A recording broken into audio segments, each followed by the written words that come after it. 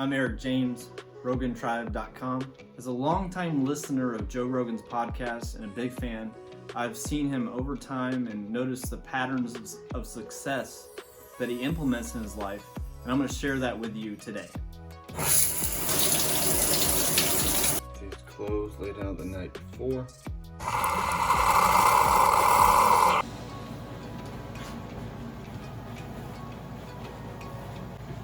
All right, starting with number 10. Never post anything negative online. Rogan implements something that I think he coined, but I'm not sure, but it's called post and ghost.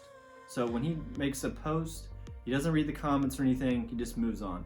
And it's always something positive, unless he's making an apology or something. All right, number 9, plan ahead and always write stuff down. This is something I heard Rogan say on a podcast like a while back, and I really don't even remember which one it was. But since then, I've been writing stuff down. In fact, I keep it all in like one notebook. And here I've got, my goals, my plans for the next day. I write out my schedule. It's really important just to get it all on paper in one place. I can flip back to, a couple months ago. I'm like, oh yeah. That's what I was working on then. This is where, dreams materialize. You put them here, you know what you want, you know what you're trying to get after, and then you can put that into action. All right, number 8, take time to relax and recover. So, Rogan is like one of the busiest guys in the world. He works 3 full-time jobs, podcasting, the UFC commentator, the stand-up comedian. And he's world class in all 3, and then he has a family, and he still fits in time to work out like twice a day, gym, jiu-jitsu. How does he fit it all in? Well, he also takes time to relax, but his key is you only relax after you've worked hard. Because if you relax first and you watch Netflix first, before you've actually worked hard, that's when it just doesn't feel right. You feel like you're procrastinating, you feel like you're avoiding something.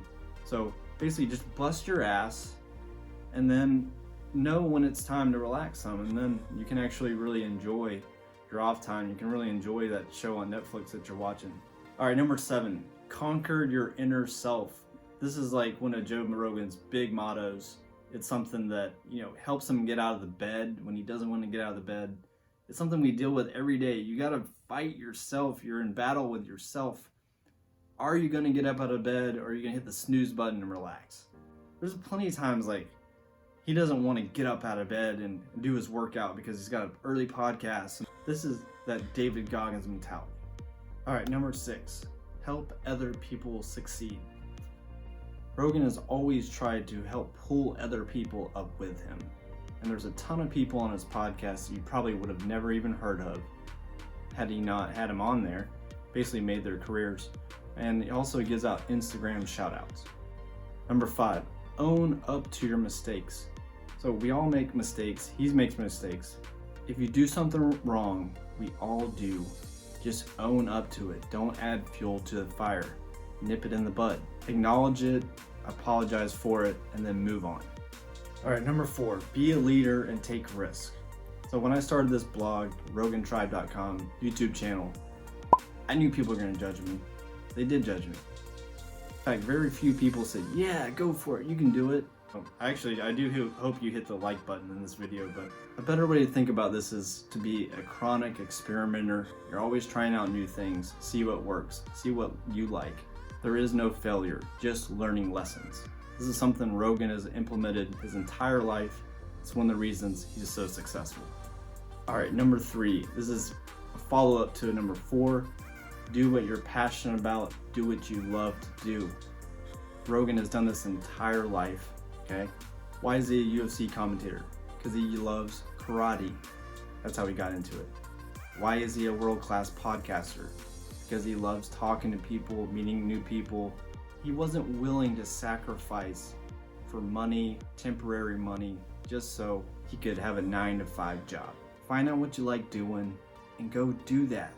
You might not know this about me, but I used to work a 9-to-5 IT job. I didn't like it at all. I left that job. It was a huge risk. Now I'm a tennis coach. I absolutely love tennis. And my career's taken off. Okay, number 2, Get comfortable being uncomfortable. And make sacrifices now for a better future later. A lot of people don't know this, but Rogan didn't grow up rich or connected or anything.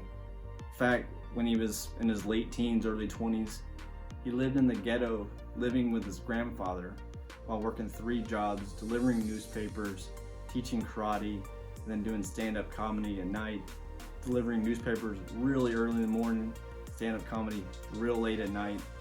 He made tremendous sacrifices for a better future. And number 1, perhaps the most important, surround yourself by people that you actually want to be like. Surround yourself with inspirational people. So Rogan did this almost by accident when he created his podcast. Could you imagine, had he not created this podcast, he probably wouldn't even be a household name like he is today. He would just be doing stand-up comedy, UFC fighter. Instead, he's come across this huge world of inspirational people that he pulls into his podcast. Some of them have gone on to become some of his best friends. And he's talked about a few times where he had to cut out some friends that were negative, bringing him down, pessimistic. He likes to be around motivational, inspirational people, guys like David Goggins, Jocko Willenick, John Dudley, Cameron Haynes. Would he have even met Elon Musk?